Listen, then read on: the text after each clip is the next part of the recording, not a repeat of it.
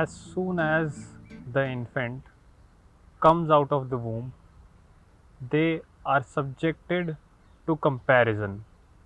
They are measured on the parameters that we have in our head, and upon those parameters, we begin to assess, measure the child.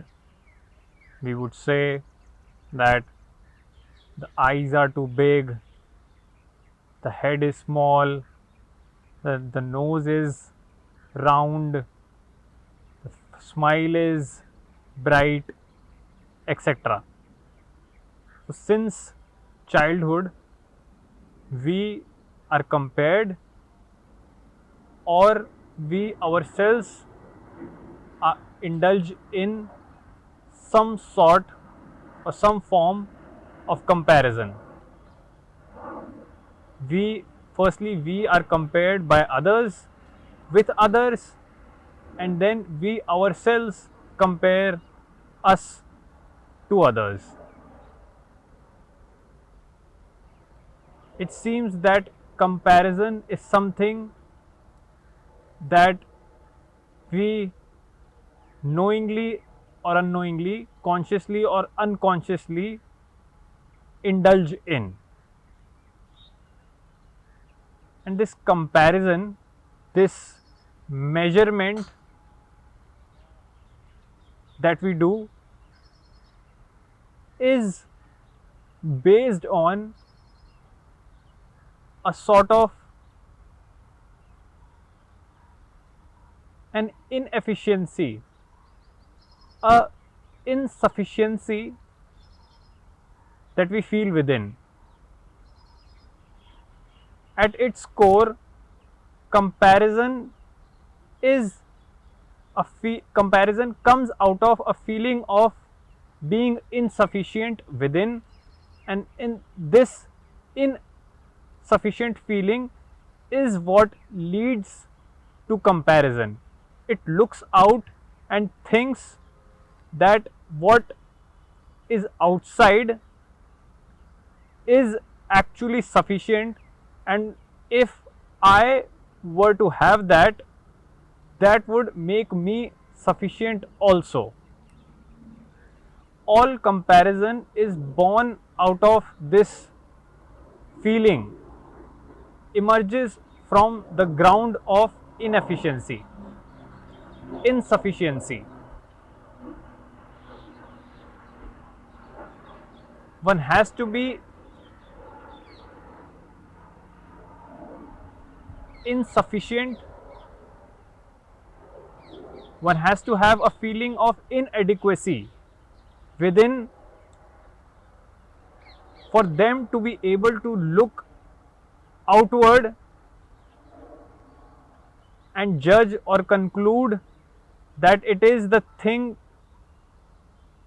that is outside which would make me feel sufficient or which would make me feel adequate. We compare ourselves with the other.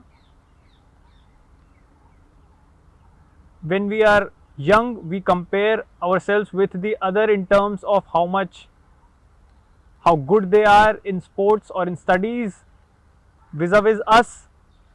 And then as we grow, we would compare ourselves on the basis of how much money I make versus how much money the other makes. And then there is a whole branch of physical comparison that we do, that how tall the other person is, or how fair the other person is, or how muscular thin the other person is, etc. So comparison, it seems, has no end. We would compare ourselves in terms of material, and then we would compare ourselves psychologically, we would compare ourselves in terms of possessions, and so on. It is this constant tendency within us which is there since childhood, which leads to comparison, which makes comparison as a way of life. And it is this comparison only which breeds competition. And we think that this comparison is healthy and is at the root of all progress that we have made. But is it so? Is all our progress based on competing with the other or comparing oneself with the other? Is there no growth, no change when we do not compare ourselves with the other? When we do not indulge in the ruthlessness of competition? In order to mature, to grow, is comparison required? Is comparison a catalyst that speeds up progress, that speeds up growth, outward and inward? Is that so?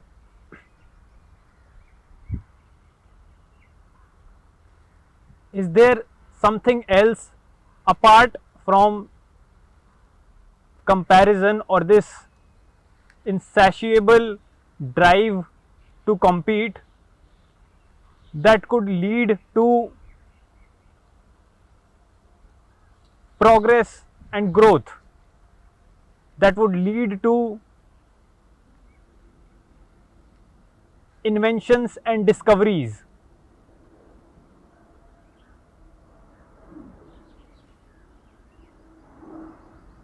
Don't we have a certain love within us which would give birth to all that is progressive? Can't love,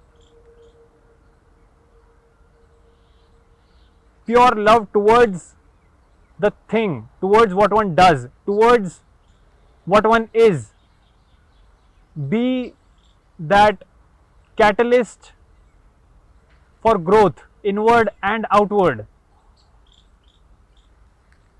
Because if our progress and development or growth depends upon an outward factor, because comparison and competition is based on something outside, if one does not have the other to compete with, or a third party or a second party to compare with, there would be a complete halt or death of progress. So all the progress which comes out of competitiveness or comparativeness is dependent upon an outside agency, something external, and without that there might not be any progress or competition or any growth to be. So all our progress and growth in a sense are dependent, and this dependent growth might not take us far.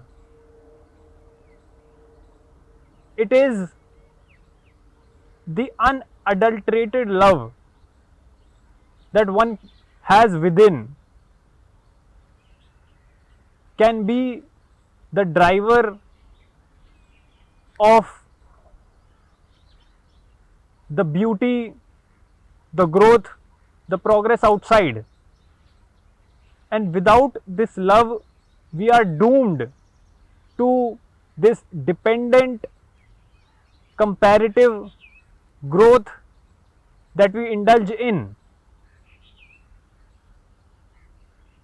And when we compare, we not only compare ourselves to something external, to something outside of us, we compare ourselves to ourselves.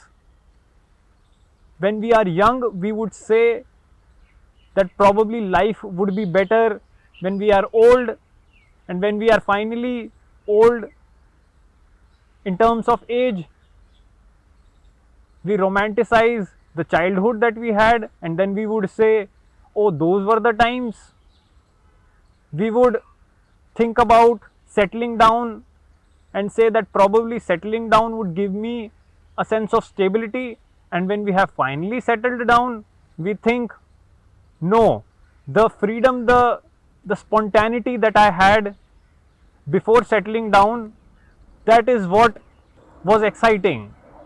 So we not only compare with the things outside, we compare to things internally also. Basically, it is a standard that we set within, which leads to all comparison, and this standard is never our present reality. This standard that we set within is always something either in the distant future or of the past. We are never content, satisfied, or at peace, or fully in terms with our present reality. And it is that same feeling of insufficiency that leads to or sets this hypothetical standard with which we compare our present reality.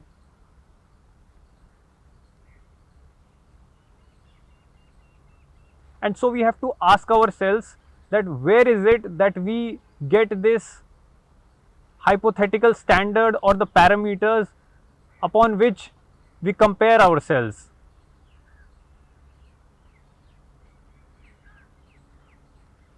Because one, there is this feeling of insufficiency, and this feeling of being insufficient, inadequate within is fueled by this standard that we have created for ourselves, by this benchmark that we think that if we were to reach it, we would be resolved within. How did this benchmark, this standard come about? And who set this standard?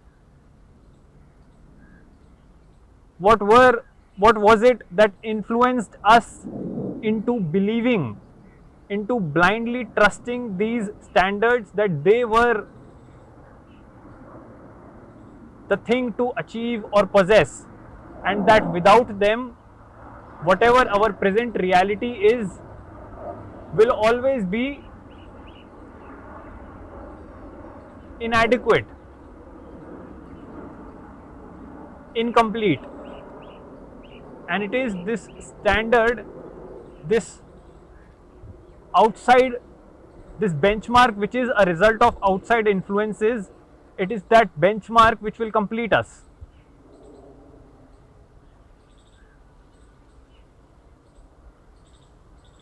Because there is a place for everything, and we have to see the truth of this standard or the benchmark.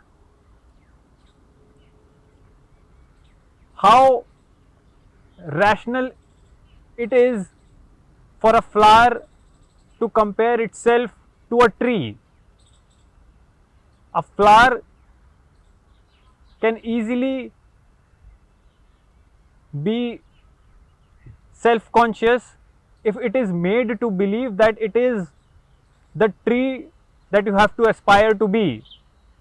And being a flower which is small, tiny, and with all these colors, has really no value, and it is the tree that you have to aspire to be. and the tree, that is the benchmark, that is the standard in life. The flower is then sort of self hypnotized or has deluded itself into thinking that to be a tree is the goal and purpose or is the standard of life. But then both have their own place and we fail to see that. A flower is a flower and it is complete by being a flower, and a tree is a tree and it is complete. It has its own place by being a tree.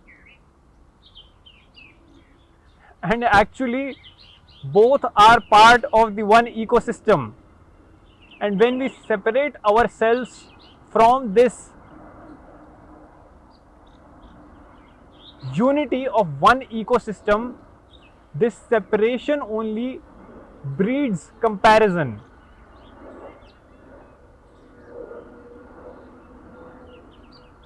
When we isolate ourselves by thinking that we are a separate entity from our system, from our own environment, it is this isolation that breeds all sorts of comparison that we are plagued with. A flower is beautiful, complete, whole in itself, and the tree has its own place. It is tall, wide, complete and whole in itself, and both are part of one unitary process.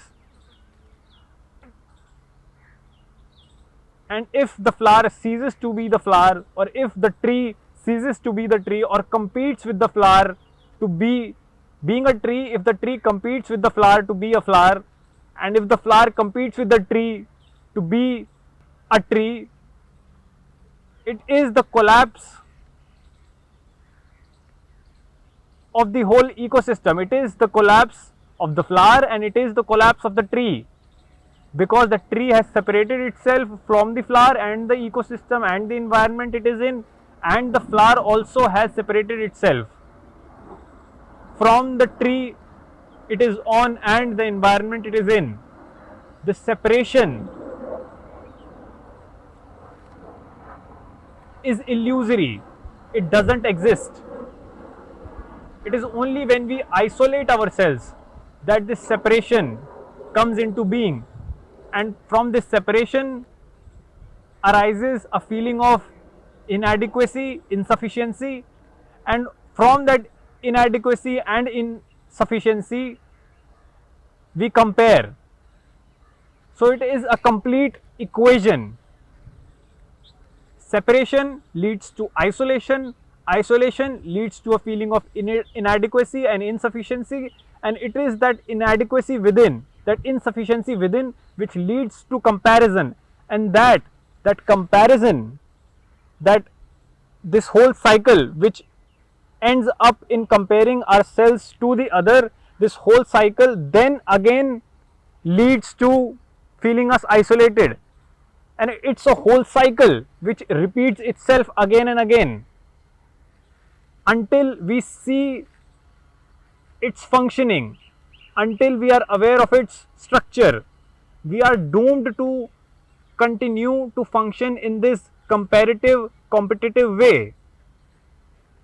The more we compare and compete, the more empty we find ourselves, the more separate and isolated we become.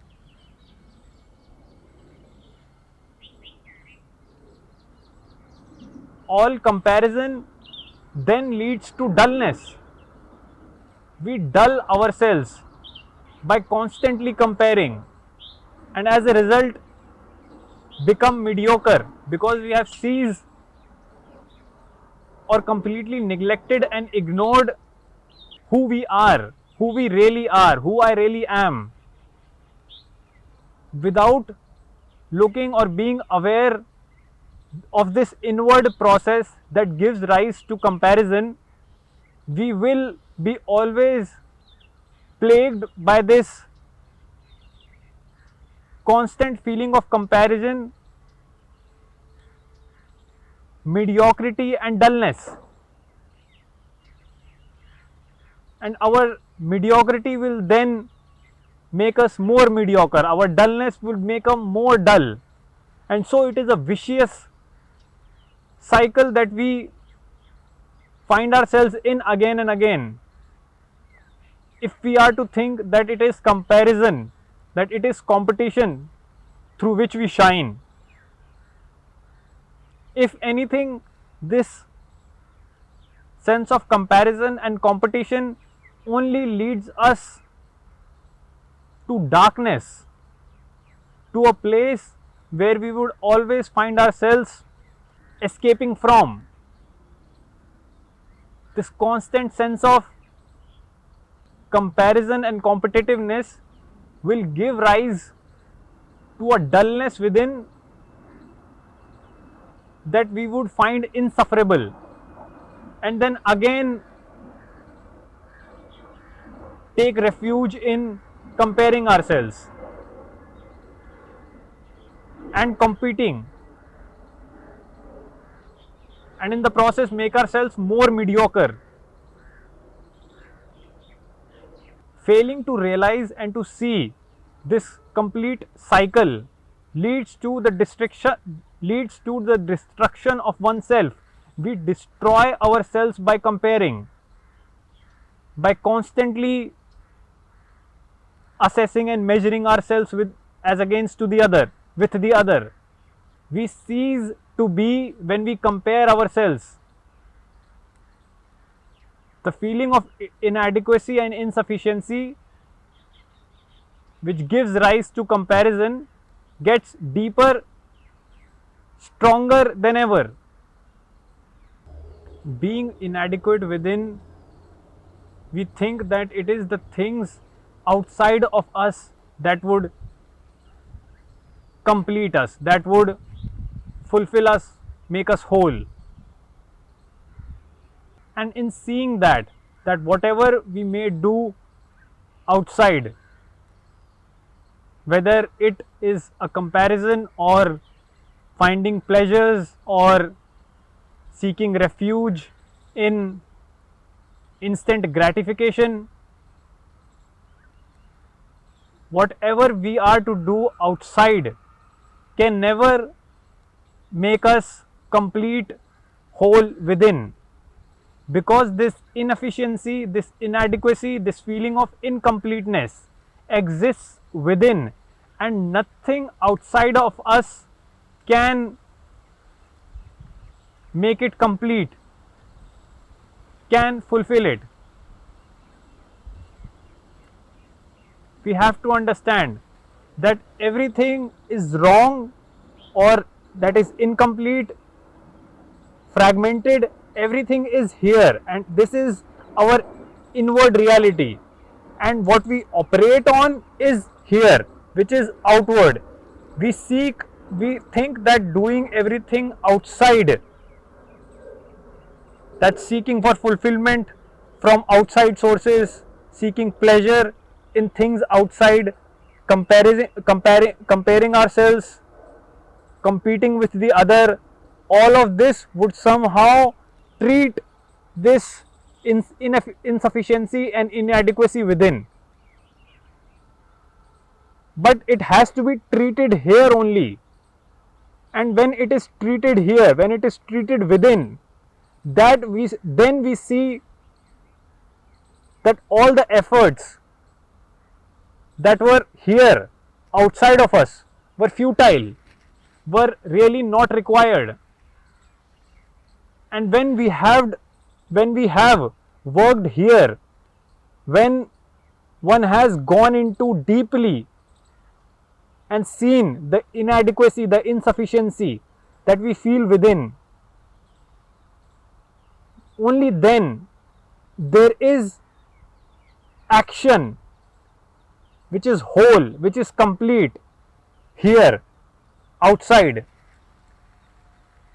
Any outside holistic action has to have its root in the inward completeness, in the wholeness that exists within.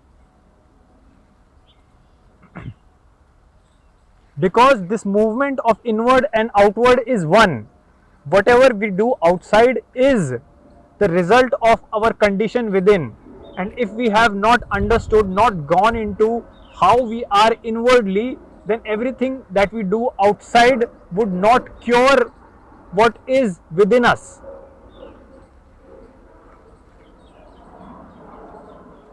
We have to see and go into the reality of what exists within us.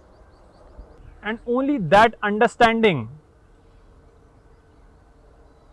that awareness of one's own incompleteness and inadequacy can result in beauty that may manifest itself in our actions outside of us. Anything beauty, any action that is beautiful outside has to have its foundation, its core in the inward depth of understanding. And that understanding is of our own incompleteness and fragmented selves. Unless we understand how we separate, isolate ourselves through the process of comparison and competitiveness, we won't be able to do anything outside which has any real significance or value. Any progress, any growth outside that is meaningful will have its root in the depths of understanding which is within. And as long as we neglect, we ignore how we are within and think that it does not matter, that inwardly we can be whoever and whatever, and through outward actions we would achieve that wholeness, we are sure to reap a certain havoc, a restlessness outside also. Being incomplete, inadequate, insufficient within, whatever we touch outside would have the marks, the imprints of our own inadequacy, of our own incomplete, fragmented self. All our actions outside would be plagued by this constant dullness and mediocrity, which is the result of our constantly comparative self.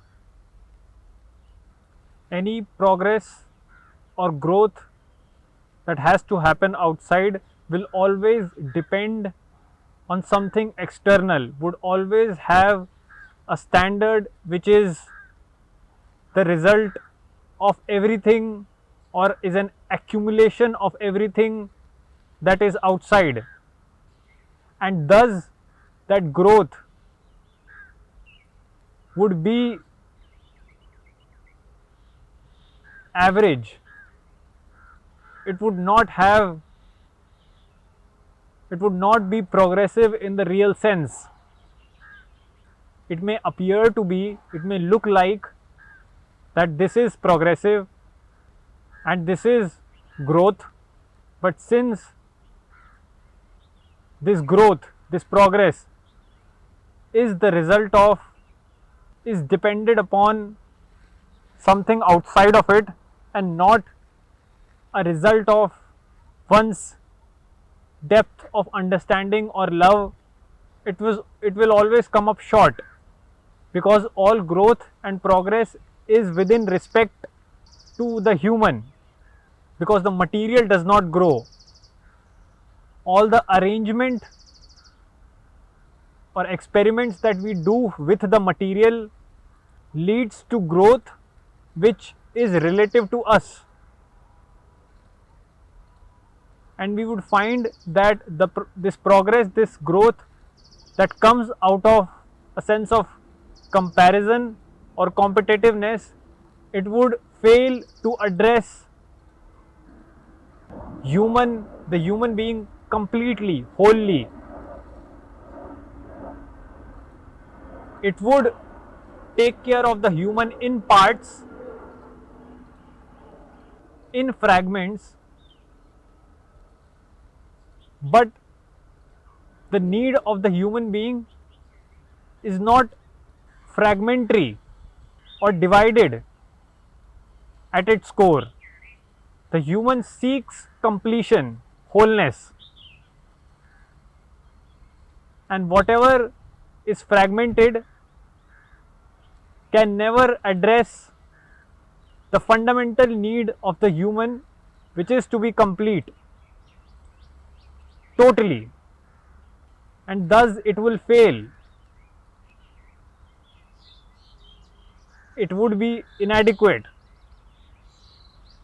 just like the source it came from, one's own individual's inadequacy.